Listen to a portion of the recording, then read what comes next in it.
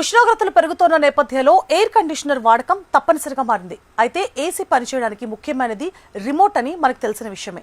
దీనిని సరైన విధంగా ఆపరేట్ చేస్తేనే ఏసీ పాడవకుండా ఉండడంతో పాటు విద్యుత్ బిల్లును ఆదా చేసుకోవచ్చు. ఈ రిమోట్లో ఉండే వివిధ మోడ్ల గురించి అవగాహన కలిగి ఉండడం కూడా చాలా ముఖ్యం. చాలా మంది ఈ బటన్స్ ను పూర్తిగా అర్థం చేసుకోకుండా వాడుతూ ఉంటారు.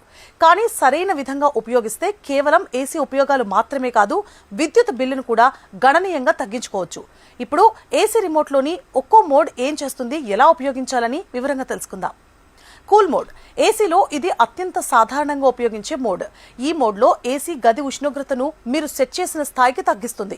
వేడి ఎక్కువగా ఉన్నప్పుడు ఇది ఉత్తమంగా పనిచేస్తుంది.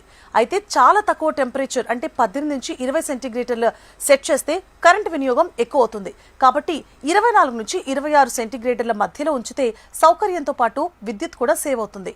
ఇక డ్రై మోడ్. ప్రధానంగా తేమ అంటే హ్యూమిడిటీ ఎక్కువగా ఉన్నప్పుడు ఇది ఉపయోగపడుతుంది. వర్షాకాలం లేదా ఉక్కపోత ఎక్కువగా ఉన్న రోజుల్లో ఈ మోడ్ గదిలోని తేమను తగ్గిస్తుంది. ఇది పూర్తి కూలింగ్ చేయదు, కానీ గది చల్లగా అనిపించేలా చేస్తుంది. ముఖ్యంగా ఈ మోడ్లో కరెంట్ వినియోగం తక్కువగా ఉండడం వల్ల విద్యుత్ బిల్లును తగ్గించడంలో సహాయపడుతుంది. ఇక ఫ్యాన్ మోడ్. ఏసీ కూలింగ్ చేయదు, ఇది కేవలం ఫ్యాన్లా పనిచేస్తుంది. గదిలో గాలి సర్క్యులేషన్ కోసం ఇది ఉపయోగపడుతుంది. ఇప్పటికే గది చల్లగా ఉన్నప్పుడు ఈ మోడ్ను ఉపయోగిస్తే కరెంటు వినియోగం చాలా తక్కువగా ఉంటుంది.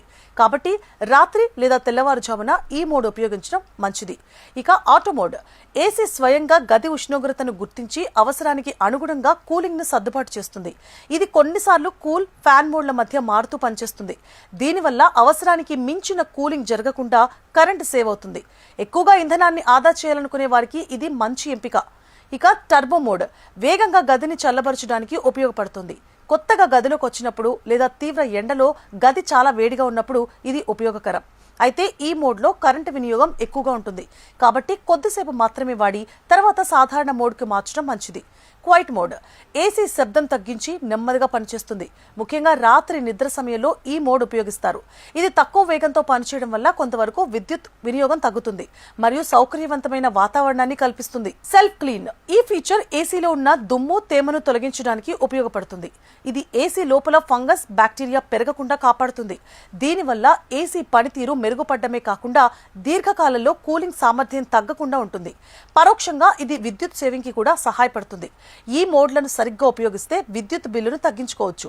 24 నుంచి 26 సెంటీగ్రేడ్ టెంపరేచర్లో ఏసీ వాడడం, అవసరం లేని సమయంలో ఆఫ్ చేయడం, గది తలుపులు మూసి ఉంచడం, తరచూ సర్వీస్ చేయించుకోవడం వంటి అలవాట్లు పాటిస్తే కరెంటు వినియోగాన్ని గణనీయంగా తగ్గించవచ్చు.